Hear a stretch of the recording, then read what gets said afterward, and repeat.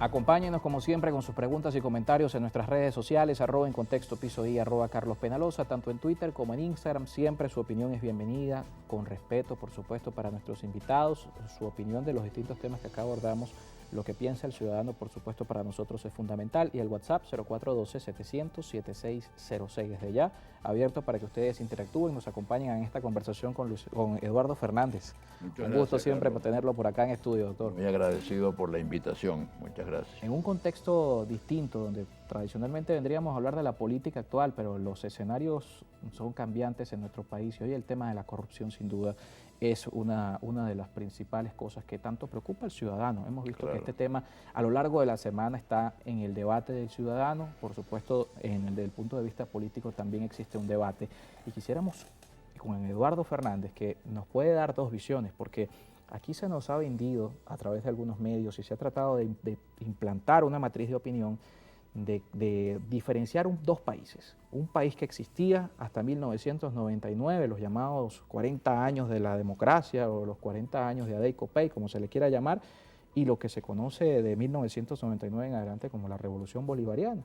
Ese país del 99 se dice, ahí había más corrupción, ahí había impunidad. Incluso en la Asamblea Nacional, en el debate, se habló de los casos de corrupción de Adey Copey de esos tiempos. Usted que lo vivió, que vivió las dos repúblicas que nos venden en algunos escenarios, que se puede contrastar de lo que tanto fue la lucha como por supuesto la corrupción, que ojo, aclaramos, no es un flagelo exclusivo de Venezuela, es un mal de nuestra región el tema de la corrupción.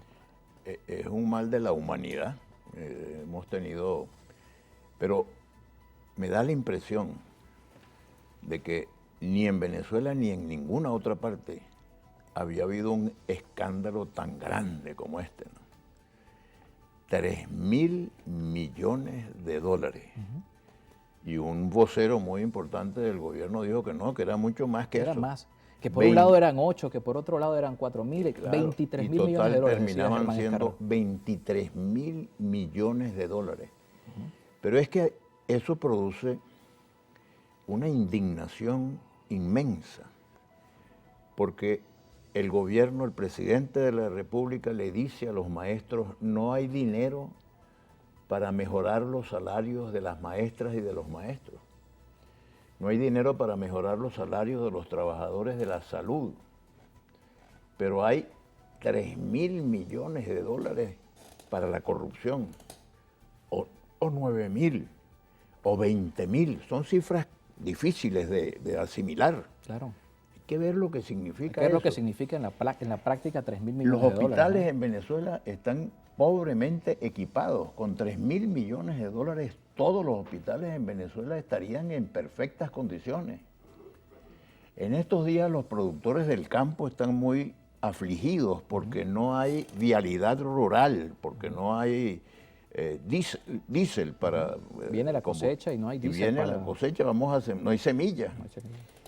Y se robaron 20.000 millones de dólares, o 3.000. Es que ya las cifras como que resultan indiferentes, porque una cosa muy grave que está pasando, Carlos, es que el país está perdiendo la capacidad de escandalizarse, la capacidad de asombro, porque ya los límites se han rebasado de una manera espantosa. Es una especie de cleptocracia que tenemos. Y yo quisiera hacer una primera reflexión de carácter institucional. En una democracia bien organizada, esto no pasaría, no podría pasar. ¿Por qué? Porque hay la autonomía y la independencia de las ramas del poder público y tendríamos una rama legislativa autónoma, claro, e independiente, con capacidad de interpelar ministros, que ejercería el control. Claro. En Venezuela, desde hace 20 años, estamos asistiendo a una concentración del poder. Un pensador político inglés llamado Lord Acton decía, el poder corrompe y el poder absoluto corrompe absolutamente.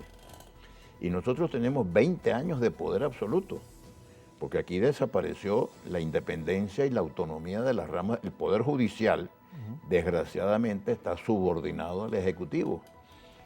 La Asamblea Nacional es un órgano subordinado y sometido al Ejecutivo. Mayoritariamente del partido de gobierno. Absolutamente, y entonces no ejerce la función, una de las funciones más importantes. La Asamblea Nacional tiene dos funciones, o tres. Una, legislar. Dos, controlar la marcha de la administración pública. Y tres, servir de escenario para debatir los temas de interés y de trascendencia nacional. Entonces, aquí estamos en presencia de un escándalo que pone de manifiesto que la Asamblea Nacional no cumple su deber, pero el Ejecutivo tampoco. El presidente Maduro no se puede lavar las manos de esto, porque ¿quién nombró a las personas que estaban al frente de esta empresa petrolera cuando se produjo este desfalco? Hay un pecado que llamarían los latinistas in eligendo. Oiga, el presidente de la República tiene que cuidarse mucho de a quién nombra.